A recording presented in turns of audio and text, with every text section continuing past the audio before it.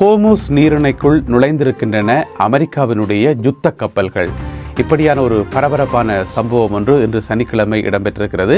எனவே அது குறித்து விரிவாக விளக்கமாக இந்த காணொளியில் பார்க்கலாம். அதே வேளையில் பாகிஸ்தானில் இருந்து பேச்சுவார்த்தை களத்திலிருந்து ஒரு நல்ல செய்தி, நல்ல சகுனம் கிடைத்திருக்கிறது.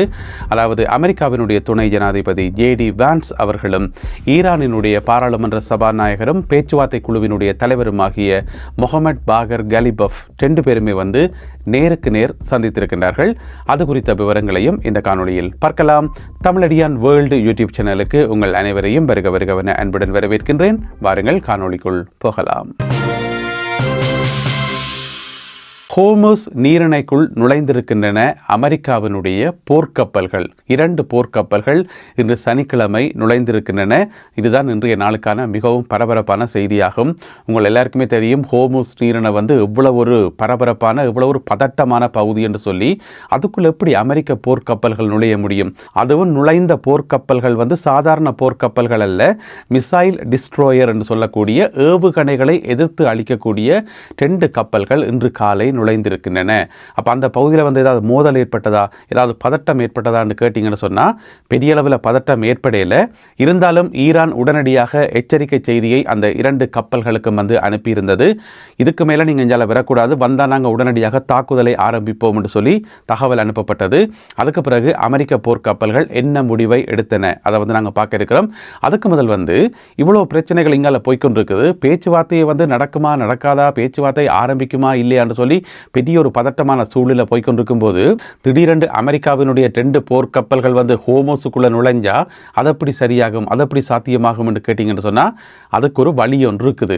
எப்படி இந்த 2 அமெரிக்க கப்பல்களும் அங்கே வர வேண்டி என்று சொன்னால் அங்கே இருக்கக்கூடிய சர்வதேச கடல் பரப்பை பயன்படுத்தி. என்ன பிரச்சனை என்று சொன்னால், இந்த உலகத்தில் இருக்கக்கூடிய சர்வதேச கடலில் யாரும் போகலாம், யாரும் வரலாம். அதை யாரும் கேள்வி கேட்கவும் முடியாது, அதை யாரும் தடுக்கவும் முடியாது. அப்படி இருக்கும்போது இந்த ஹோர்முஸ் நீரிணை பகுதியில் இருக்கக்கூடிய சர்வதேச கடலில் தான் இந்த 2 அமெரிக்க கப்பல்களும் போயிருக்கின்றன. எனவே அதுக்கு ஈரானிடம் அனுமதி பெறப்படவில்லை, பெற வேண்டிய தேவையும் இல்லை என்றது சட்டம். சட்டப்படி ஒரு பிரச்சனையுமே இல்லை, போகலாம் வரலாம். இதுக்கு முதலும், அதாவது பிப்ரவரி மாதம் 28ஆம் தேதிக்கு முதலும் நிறைய அமெரிக்க கப்பல்கள் அதால் போயிட்டு வந்திருக்கிறார்கள். தனியாக அமெரிக்க போர்க்கப்பல்கள் மட்டுமில்லாமல் வேறு போர்க்கப்பல்களும் போகலாம் வரலாம், யாரும் கேட்க மாட்டார்கள். ஆனால் இந்த 39 நாட்கள் யுத்தம் நடந்த பிறகு இவ்வளவு ஒரு பதட்டமான சூழ்நிலையில் ஈரான் என்ன சொல்லியிருந்தது, இந்த ஹோர்முஸ் நீரிணையை தாண்டி எந்த ஒரு கப்பல் போறதாக இருந்தாலும் எங்களுடைய அனுமதி பெறப்படணும், எங்களோட கதைச்சு பேச்சு தான் போக முடியும், நாங்கள் அனுமதி வழங்குகிற கப்பல்கள் மட்டும்தான் போக முடியும் என்று சொல்லி, மிக முக்கியமாக எதிரிகளுக்கு இந்த பாதை திறக்கப்படவில்லை என்று சொல்லி ஏற்கனவே சொல்லியாச்சு. அப்படி இருக்கும்போது அமெரிக்காவினுடைய ஒரு சரக்கு கப்பல் போறதே பெரிய பாடு. இதுக்குள்ள ராணுவ போர்க்கப்பல்கள், டிஸ்ட்ரோயர் கப்பல்கள் போறது எப்படி சாத்தியம் என்று கேட்டீங்கன்னு சொன்னா, அமெரிக்கா ஏதோ ஒரு நம்பிக்கையில, ஏதோ ஒரு அசட்டு துணிச்சல்ல போயிருக்கிறார்கள் என்று தான் சொல்ல வேண்டி இருக்குது. ஏனென்று சொன்னா ஈரான்கிட்ட அனுமதி பெறப்படாமல் சொல்லாமல் திடீரென்று கப்பலை கொண்டு வந்தா ஒரு பதட்டம் ஒன்று உருவாகும் தானே. எனவே அப்படியான சம்பவம் ஒன்று தான் நடந்திருக்குது. இப்போ எங்களுக்கு ஒரு கேள்வி ஒன்று வரும். அது சரி, ஹோர்முஸ் நீரிணை என்றதே ஒரு சின்ன பகுதி, ஒரு குறுகலான கடல் பகுதி, அதுக்குள்ள எப்படி சர்வதேச கடல் வர முடியும் என்று கேட்டீங்கன்னு சொன்னா அதுக்கான விளக்கத்தை பார்ப்போம். இப்போ சர்வதேச கடல் என்று சொன்னா என்னென்று சொல்லி எங்கள் எல்லாருக்குமே தெரியும். ஒவ்வொரு நாட்டுக்கும் சொந்தமான கடல் பரப்பு இருக்கும். அதாவது ஒரு நாட்டினுடைய கரையில இருந்து கிட்டத்தட்ட ஒரு 22 கிலோமீட்டர் நீளமான சுற்றளவுக்கு அந்த நாட்டுக்குரிய கடல் பகுதி. அந்த நாட்டினுடைய கடல் பகுதிக்கு அந்த நாட்டினுடைய அனுமதி இல்லாமல் போக முடியாது. அப்படி அத்துமீறி நுழைஞ்சா நிறைய பிரச்சனைகள் வரும். அந்த நாட்டினுடைய கடற்படை நடவடிக்கை எடுக்கும், கைது செய்யும், இந்த மாதிரி பிரச்சனைகள் வரும். இது எல்லாருக்குமே தெரியும். ஆனால் சர்வதேச கடல் இருக்குத்தானே, அதை தாண்டி வெளியில் இருக்கக்கூடிய சர்வதேச கடல், அதில் யாரெண்டாலும் போகலாம் வரலாம், அதை கேட்பாரும் கிடையாது, மேய்ப்பாரும் கிடையாது.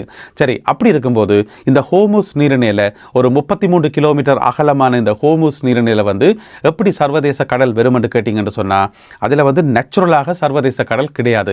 சர்வதேச கடல் எல்லையை வகுக்கிறதுக்கான இடமும் இல்லை. ஆனால் பேச்சுவார்த்தைகள் நடத்தப்பட்டு சர்வதேச கடல் சட்டங்கள் வகுக்கைக்குள்ள இதுக்கு விசேட கவனம் செலுத்தப்பட்டு அங்கே இருக்கக்கூடிய எல்லா நாடுகளோடையும், ஈரானோடையும், யுனைடெட் அரபு எமிரேட்ஸோடையும், அங்கால ஓமானோடையும் கதைச்சு பேசி 1973ஆம் ஆண்டில் ஒரு கடல் சட்டம் ஒன்று உருவாக்கப்பட்டது. அதில் ஒரு சர்வதேச கடல் எல்லை ஒன்று செயற்கையான முறையில் உருவாக்கப்பட்டது. அதாவது கப்பல்கள் போறதுக்கு இங்கால வெளியில அரபிக் அரபிக்கடல் தானே, அரபிக்கடல்ல இருந்து பாரசீக வளைகுடா நோக்கி கப்பல்கள் உள்ளுக்க போகிறதுக்கு ஒரு பாதை, பிறகு அங்கிருந்து கப்பல்கள் திரும்பி வரத்துக்கு இன்னும் ஒரு பாதை. இந்த இரண்டு பாதைகளும் பார்த்தீங்கன்னு சொன்னால் சமாந்தரமாக இருக்கும். அதே நேரம் ஒவ்வொரு பாதையினுடைய அகலமும் பார்த்தீங்கன்னு சொன்னால் 3 கிலோமீட்டர் அகலம். அதாவது போகிற பாதை 3 கிலோமீட்டர், வார பாதை 3 கிலோமீட்டர் அகலம், நீளம் இல்லை அகலம். எனவே 3 கிலோமீட்டர் அகலம் என்று சொன்னால் அது பெரிய ஏரியா தானே என்று சொல்லி நாங்கள் நிச்சயம் என்று சொன்னால் அப்படி சொல்ல முடியாது. அது தரையில் பெரிய பகுதியாக இருக்கலாம். ஆனால் கடலை பொறுத்த வரைக்கும் இந்த பெரிய கடலில் 3 கிலோமீட்டர் அகலம் என்றது ஒரு சின்ன பாதை தான், அது ஒரு ஒடுக்கலான பகுதி தான். எனவே இந்த 33 கிலோமீட்டர் அகலமான இந்த ஹோர்முஸ் நீரிணையில் பார்த்தீங்கன்னு சொன்னால் ஒரு பக்கம் 3 கிலோமீட்டர் அகலமான போகிற பாதை, அங்கலி பக்கம் 3 கிலோமீட்டர் அகலமான வார பாதை. அப்போ அதில் 6 கிலோமீட்டர் போயிட்டுது. நடுவில் பார்த்தீங்கன்னு சொன்னால் பஃபர் சோன் என்று சொல்லி ஒரு சின்ன ஒரு ஏரியா ஒன்று இருக்குது. சரி, அதுக்கு ஒரு கொஞ்சம் தூரத்தை ஒதுக்கலாம்.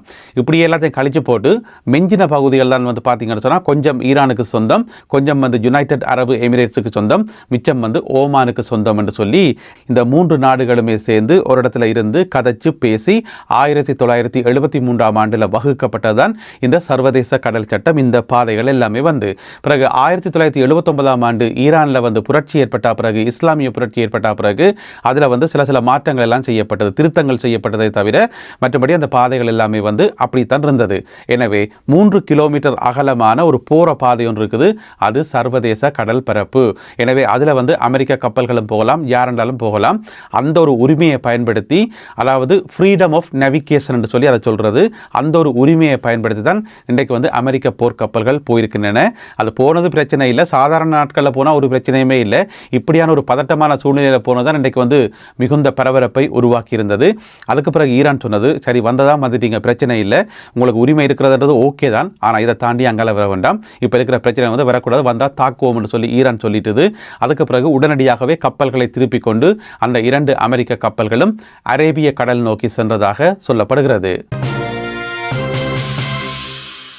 இஸ்லாமாபாத் நகரத்தில் நடக்கின்ற பேச்சுவார்த்தை மேசையில் இருந்து ஒரு நல்ல செய்தி, நல்ல சகுனம் கிடைத்திருக்கிறது. அதாவது அமெரிக்காவினுடைய துணை ஜனாதிபதி ஜேடி வான்ஸும் ஈரானினுடைய பேச்சுவார்த்தை குழுவினுடைய தலைவரும் ஈரானுடைய பாராளுமன்ற சபாநாயகரும் ஆகிய முகமது பாகர் கலிபஃப் 2 பேருமே நேருக்கு நேர் சந்தித்திருக்கின்றார்கள், கைகுலுக்கி இருக்கின்றார்கள். இது ஒரு நல்ல தொடக்கமாக, நல்ல சகுனமாக பார்க்கப்படுகிறது. ஏனென்று சொன்னால் 2 தரப்புமே நேரடியாக சந்திக்குமான்னு சொல்லி பெரிய ஒரு பரபரப்பு இருந்தது. 2 தரப்புக்கும் இடையில் நிறைய முரண்பாடுகளும் நிறைய தீர்க்கப்படாத பிரச்சனைகளும் இருக்கு. எனவே இப்படியான சந்தர்ப்பத்தில் 2 அணியினருமே நேருக்கு நேர் சந்திக்க மாட்டார்கள், அதுக்கான வாய்ப்புகளே இல்லை என்றுதான் பெரும்பாலும் நம்பப்பட்டது.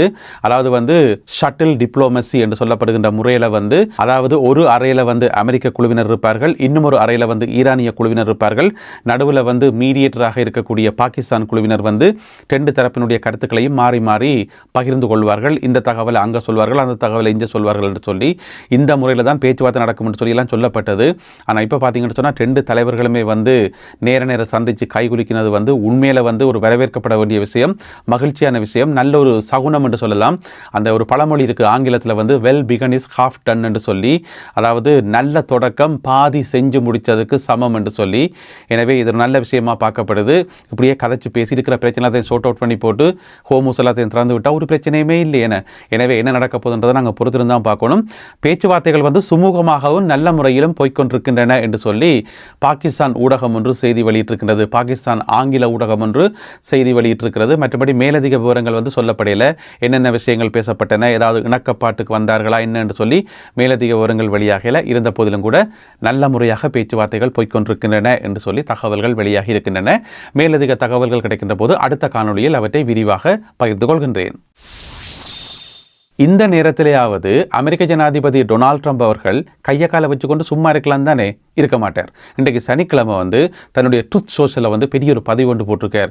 ஈரான்கிட்ட ஒன்றுமே இல்லை, ஈரான்கிட்ட கடற்படை இல்லை, விமானப்படை இல்லை, ஈரான் லூஸ் பண்ணி கொண்டிருக்குது, எல்லாத்தையும் லூஸ் பண்ணுது, பிக் லூசிங் என்று போட்டு வச்சுக்கார். பெரிய அளவில் எல்லாத்தையும் இழந்து கொண்டிருக்கிறது. எனவே ஈரான்கிட்ட காட்சும் இல்லை, ஒன்றும் இல்லை என்று சொல்லி இப்போ யார் இதெல்லாம் கேட்டது? உங்களை யாராவது கேட்டதா? இன்றைக்கு சனிக்கிழமை இங்கே ஒரு பேச்சுவார்த்தை நடந்து கொண்டிருக்குது, ஒரு நல்ல சகுனத்தை காட்டுவோம் ஒன்று இல்லை, நல்ல விதமாக அதை அணுகவும் இல்லை. இன்றைக்கு பேச்சுவார்த்தையினுடைய முதல் நாள். அப்போ நீங்கள் என்ன போட்டிருக்கணும், இந்த பேச்சுவார்த்தையை நான் வரவேற்கிறேன், இந்த பேச்சுவார்த்தையினுடைய சாதகமான முடிவுகளுக்காக நான் காத்திருக்கிறேன், இது நல்ல விதமாக நடக்கும் என்று நான் நம்புகிறேன். இப்படி ஒரு போட்டிருந்தா, அடடா ஒரு நாட்டினுடைய ஜனாதிபதி ஒரு தலைவர் இப்படி போட்டுக்காரே, அதை ஒரு நல்ல சகுனமாக இருக்கேன்னு சொல்லி நாங்கள் எல்லாம் கதைக்க முடியும்.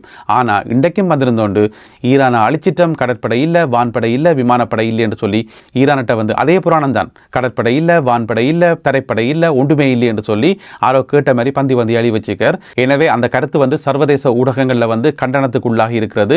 இது பேச்சுவார்த்தையை குழப்பும் விதமாக ட்ரம்ப் செயல்படுகிறார் என்று சொல்லி சொல்லப்பட்டிருக்கிறது. எனவே ஒன்றுமே செய்ய முடியாது. களத்திலிருந்து மேலதிக தகவல்கள் கிடைக்கின்ற போது அவற்றையெல்லாம் தொகுத்துக்கொண்டு இன்னும் ஒரு காணொலியில் உங்களை நான் சந்திக்கின்றேன். இந்த காணொலியில் பகிர்ந்து கொள்ளப்பட்ட இந்த செய்திகள் தொடர்பான உங்களுடைய கருத்துக்களை மறக்காமல் கீழே எழுதுங்கள். மீண்டும் சந்திப்போம் உறவுகளே. நன்றி, வணக்கம்.